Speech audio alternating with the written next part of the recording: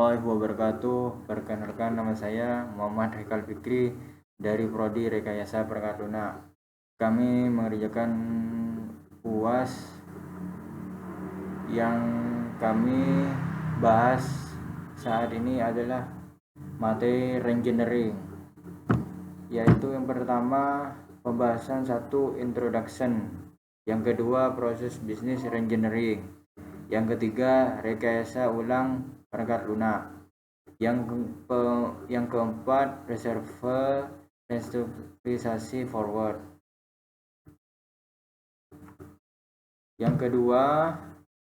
Materi yang kedua rekayasa ulang. Permasalahannya, saat manajer memodifikasi aturan-aturan bisnis untuk mencapai keefektifan dan komposisi yang lebih besar, perangkat lunak harus tepat berjalan maju. Artinya penciptaan sistem berbasis komputer yang besar berarti memodifikasi dan atau membangun aplikasi yang sudah ada sehingga menjadi kompeten untuk memenuhi kebutuhan bisnis pada masa yang akan datang. Proses bisnis adalah serangkaian tugas yang dihubungkan secara logis yang dilakukan untuk mencapai hasil akhir bisnis yang telah ditentukan. Yang kedua, contoh proses bisnis: perencanaan produk baru, pembelian jasa dan suplai, merekrut tenaga kerja baru, pembayaran pemasok. Yang ketiga, masing-masing memerlukan serangkaian tugas dan memiliki sumber daya yang berbeda dalam bisnis tersebut. Yang keempat, setiap proses memiliki pelanggan terbatas yang menerima hasil akhir. Yaitu materi yang keempat menjelaskan tentang bisnis, sistem bisnis 1, sistem bisnis 2, bagiannya proses bisnis 1, proses bisnis 2, proses bisnis 1N. Subproses, ada subproses bisnis, ada subproses bisnis 1.1. Proses bisnis mengharuskan kelompok organisasi yang berbeda berpartisipasi dalam tugas-tugas yang dihubungkan secara logis yang menentukan proses. Yang kelima, B. Prinsip-prinsip BPR. Dalam setting yang ideal, BPR harus terjadi dalam cara top-down. Yang pertama, kumpulkan di sekitar hasil akhir, bukan tugas. Yang kedua, buatlah mereka yang menggunakan output proses tersebut melakukan proses itu. Yang ketiga, gabungkan kerja pemrosesan informasi ke dalam usaha nyata yang menghasilkan informasi nyata. Perlakukan sumber daya yang tersebar secara geografis seolah-olah mereka tersentralisasi. Yang kelima, sambungkan aktivitas paralel sebagai pengganti pengintegrasian hasil mereka. Yang keenam, letakkan titik keputusan di mana kerja mereka dan bangunlah kontrol ke dalam proses. Yang ketujuh, tangkaplah data sekali pada sumbernya. C. Model BPR. Ini saya akan menjelaskan model BPR-nya. Bagannya definisi bisnis ke identifikasi proses, terus identifikasi proses ke evaluasi proses, terus dari evaluasi proses ke spesifikasi proses dan desain. Yang terakhir, dari spesifikasi proses dan desain ke prototyping, yaitu dari prototyping jalan ke penyaringan dan instansiasi. Rekayasa ulang perangkat lunak. Ini gambaran forward engineering, restrukturisasi data, restrukturisasi kode, analisis inventory, restrukturisasi dokumen, restrukturisasi engineering. Gambaran model proses rekayasa ulang perangkat lunak seperti kayak ini digambar. Reserve engineering yaitu ada bagan Dristy Code restrukturisasi kode, yaitu isinya pemrosesan. Clean Circle Code ekstrak ada spesifik awal, penyaringan dan penyederhanaan spesifik akhir. Reserve engineering ada beberapa macam, yaitu A. Reverse engineering untuk memenuhi pemrosesan. Aktivitas reverse engineering rel pertama-tama dimulai dengan usaha memahami kemudian mengekstrak abstraksi prosedural yang diterapsitasikan oleh kode sumber. Yang pertama, fungsionalitas keseluruhan dari sistem harus dipahami sebelum kerja reverse engineering yang lebih detail dilakukan. Yang kedua, teknik segmentasi program sebagai cara untuk mengidentifikasi pola prosedur dengan sebuah model dan kemudian pengemasan lagi pola itu ke dalam sebuah fungsi yang penting. Reverse engineering yang ke B, reverse engineering untuk memahami data pada tingkat sistem, struktur data global, misal file database, sering direkayasa ulang untuk mengakomodasi paradigma manajemen database baru, misal gerakan dari flat file ke sistem database relasional atau OO. Reservoir engineering, struktur data internal, pendekatan untuk kelas reservoir engineering, identifikasi flag dan struktur data lokal pada program yang merekam informasi penting mengenai struktur data global. Tetapkan hubungan antara flag dan struktur data lokal dan global. Yang ketiga, untuk setiap variabel yang merepresentasikan array atau file, daftarlah semua variabel lain yang memiliki hubungan logis dengannya. Yang kedua, struktur database. Langkah-langkah mengidentifikasikan model data yang ada ke model database baru. 1. Bangun model objek awal. 2. Tentukan kunci calon. 3. Saring kelas-kelas tentatif.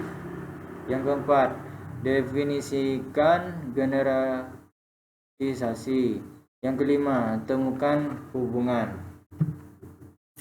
Reservoir engineering interface memakai reservoir engineering untuk memahami secara penuh interface UI yang sudah ada, struktur dan tingkat laku interface. Harus ditentukan 3 pertanyaan berdasarkan yang harus dijawab pada reservoir engineering suatu UI dimulai. 1. Apakah aksi dasar yang harus diproses interface?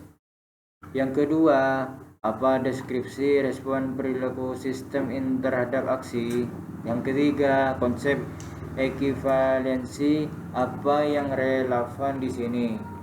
Aljabar, proses terdapat digunakan untuk mempresentasikan tingkah laku suatu interface dalam cara yang normal. Reservoir engineering, ini ada tabel nama, notasi aljabar sama arti. Agen inaktif, notasi aljabarnya 0. Konstan, notasi aljabarnya A, artinya agen A. Prefix A, E, notasi aljabarnya artinya lakukan aksi A dan bertindak seperti agen E. Berjumlahlah E1 plus E2, notasi aljabarnya artinya agen E dibangun dengan agen E2. Komposisi E1 E2 artinya berlaku seperti agen E atau agen E2. Restriksi, notasi aljabarnya E1L. Agen E dibatasi untuk aksi pada L aturan. Pelambelan ulang EF Artinya penamaan kami akan menjelaskan restrukturisasi. Manfaat yang dapat diperoleh bila perangkat lunak restrukturisasi membuat program memiliki kualitas lebih tinggi, meningkatkan produktivitas dan membuat proses belajar menjadi lebih mudah. Yang ketiga, mengurangi usaha yang diperoleh untuk pemeliharaan. Yang keempat, membuat perangkat lunak menjadi lebih mudah diuji debug. Restrukturisasi kode yang itu dilakukan untuk menghasilkan secara desain yang menghasilkan fungsi sama tetapi dengan kualitas yang lebih tinggi daripada program semula. B. Restrukturisasi data. Tujuan adalah mengitem dan objek data untuk memperoleh informasi aliran data dan memahami struktur data yang telah diimplementasikan aktivitas format engineering. Proses ini menerapkan prinsip-prinsip rekayasa perangkat lunak, konsep dan metode untuk membuat ulang suatu aplikasi yang sudah ada, tidak hanya membuat ekivalen modern dari program lama, tapi lebih mengintegrasikan pemakai baru dan persyaratan teknologi ke usaha rekayasa perangkat lunak. Format engineering, interface pemakaian format engineering, model untuk rekayasa ulang interface pemakai. 1. Memahami interface original dan data yang bergerak di antara serta sisa aplikasi. Yang kedua, modelkan lagi tingkah laku yang diimplementasikan oleh interface yang ada ke dalam sederetan abstraksi yang memiliki arti konteks GUI. Yang ketiga, lakukan peningkatan yang membuat model interaksi lebih efisiensi. Yang keempat, bangun dan integrasikan GUI yang baru. Ekonomi rekayasa ulang, model analisis manfaat untuk rekayasa ulang dengan 9 parameter. A. Parameter 1, biaya pemeliharaan tahunan untuk suatu aplikasi. Yang kedua, parameter 2, biaya operasi tahunan untuk suatu aplikasi. Parameter 3, nilai bisnis tahunan untuk suatu aplikasi. Parameter 4, biaya pemeliharaan tahunan yang diprediksi setelah rekayasa ulang. Parameter 5, biaya operasi tahunan yang diprediksi setelah rekayasa ulang. Parameter yang keenam, nilai bisnis tahunan yang diprediksi setelah rekayasa ulang. Ekonomi rekayasa ulang. Parameter 7, perkiraan biaya rekayasa ulang, perkiraan waktu kalender rekayasa ulang. Parameter 9, faktor resiko rekayasa ulang. Parameter 9 sama dengan 1,0 adalah nominal. L sama dengan hidup sistem yang diharapkan dalam tahun. Biaya yang berhubungan dengan pemeliharaan terus-menerus dari aplikasi calon ditetapkan sebagai Kemen sama dengan P3 dikurangi parameter 1 ditambah parameter 2 dikali L. Biaya sehubungan dengan rekayasa ulang ditentukan dengan rumus kring. Parameter 6 dikurangi parameter 4 ditambah parameter 5 kali L dikurangi parameter 8 parameter 7 kali parameter 9. Maka keuntungan dari rekayasa ulang cost benefit Kemen kring. Ekonomi rekayasa ulang, aplikasi yang diperlihatkan keuntungan biaya yang tinggi dapat direkayasa ulang, sementara kerja pada yang lain dapat ditunda sampai sumber-sumber daya dapat diproses dan diperolehkan. Materi yang kedua, saya akan bahas tentang komponen yang ada pada Decision Support System. Decision Support System adalah sebagai suatu alat untuk memecah suatu masalah. Beberapa komponen yang dimiliki oleh Decision Support System adalah sebagai berikut. Data management. Data ini mencakup database yang berisi data relevan untuk beragam kondisi dan situasi.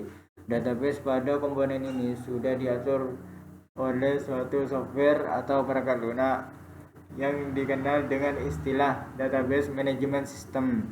Model manajemen model ini melibatkan function model, manajemen statistikal, dan berbagai model kualitatif lainnya. Untuk itu, dengan adanya komponen ini, maka decision support system bisa memberikan suatu kemampuan analisa pada sistem serta kebutuhan manajemen pada suatu software. Komunikasi dengan adanya komponen ini, maka pengguna decision support system bisa melakukan komunikasi dan juga memberikan perintah pada sistem komputer tersebut. Tujuan menggunakan decision support system adalah beberapa tujuan dan juga pemanfaatan dari menggunakan decision support system adalah sebagai berikut. 1. Membantu pihak manajer atau pihak petinggi perusahaan dalam mengambil keputusan dari berbagai masalah yang sifatnya semi struktural. Yang kedua, meningkatkan efektivitas dari suatu keputusan yang diambil oleh pihak manajer. Yang ketiga, mampu mengatasi seluruh batasan kognitif saat memproses atau menyimpan informasi. Jadi, berbagai manfaat tersebut adalah tujuan perusahaan atau organisasi dalam menggunakan decision support system dalam proses pengambilan keputusan.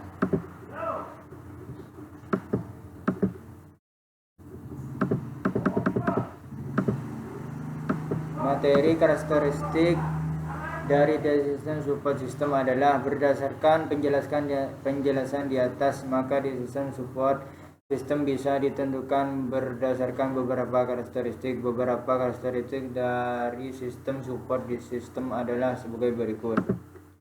Membantu proses pengambilan keputusan dan fokus pada manajemen berdasarkan persepsi yang ada. Mempunyai interface manusia atau mesin, yang nama manusia atau user masih memiliki kontrol pada rangkaian proses pengambilan keputusan.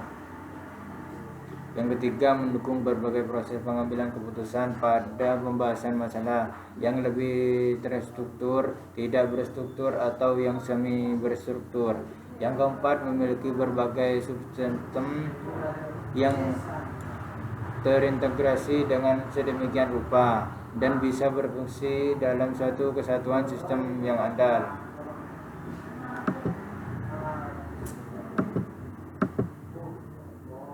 Ya, ini kami akan menjelaskan lagi pengertian DSS atau Decision Support System. Pada dasarnya, Decision Support System adalah informasi yang berbasis komputerisasi. Decision Support System adalah bagian dari sistem manajemen pengetahuan yang memiliki peran penting dalam mendukung proses pengambilan keputusan untuk suatu organisasi atau perusahaan.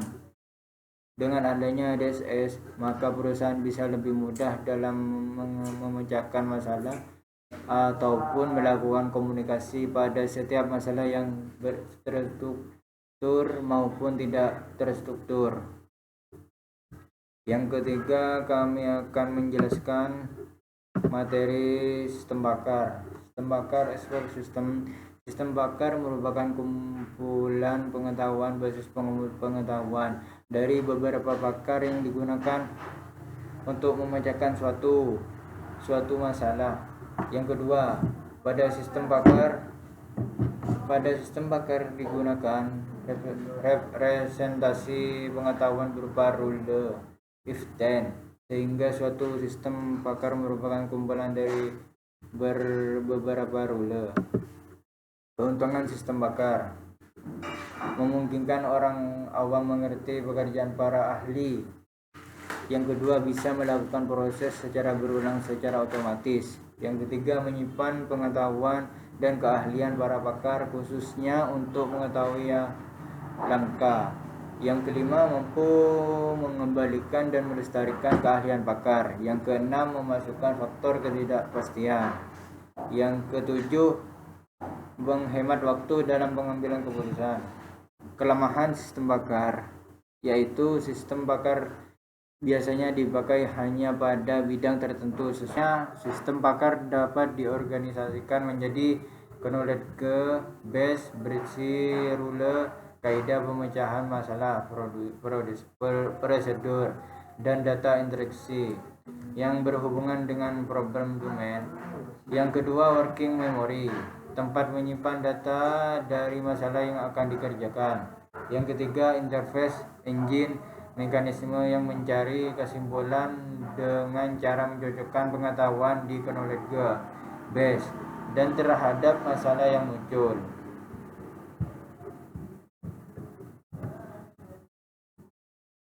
Ini bagian dari knowledge engineering. Interface engine, expert knowledge base, user memory, working memory. Next, ini adalah gambar knowledge engine, interface engine, knowledge working memory.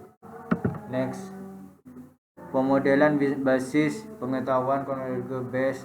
Yang pertama, jaringan semetik. Yang kedua, frame. Yang ketiga, script rule. Yang keempat, rule if then. Yang kelima, rega predikat. Next, jaringan semetik merupakan gambaran pengetahuan yang dimodelkan secara grafis yang menunjukkan hubungan antar objek. Yang kedua, objek digambarkan dengan lingkaran. Objek bisa berupa peristiwa atau fakta. Hubungan antar objek dinyatakan dengan garis, contoh relasi objek. Mesin dibuat di toko, mesin menghasilkan gear.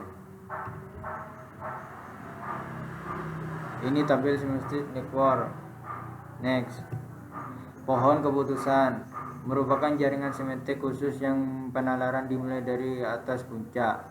A, berfungsi apakah Anda sakit. Yang B, berfungsi apakah sakitnya di tulang. Yang C, jika sehat apakah sering cek kesehatan. Yang ke D, fungsinya jika di gigi berarti berlubang. Yang E, isinya jika di kulit atau bagian lain hubungan dokter. Yang F, fungsinya hati-hati penyakit dalam. Kita membahas frame. Frame berupa tabel dengan tiap slot bisa berisi fakta, objek, kelas dari objek, situasi, dan kejadian. Urutan proses teratur berdasarkan kolom. Contoh, tabel pencocokan keputusan, tabel kesamaan, tabel perbedaan. Contoh frame, ada tabel gear, date number 20, assemble, rotor, production method, cutting, deliver date 9/2/3. Tabel script menjelaskan tentang representasi pengetahuan yang berupa skenario atau urutan kejadian. Yang kedua, komponen script, kondisi, masukan, hasil yang diinginkan, aturan, urutan peristiwa. Yang ketiga, contoh script, prosedur, mematikan proyektor komputer. Yang skenario film. Rule kaidah dinyatakan dalam bentuk perintah if then. If premise then kesimpulan. If input then output. If kondisi then aksi. If answer then konsekuensi. If data then hasil. Beberapa premis atau then dapat dihubungkan dengan logika N atau UR. Sekian dari kami, terima kasih. Ada kata salah atau luput, mohon maaf. Kami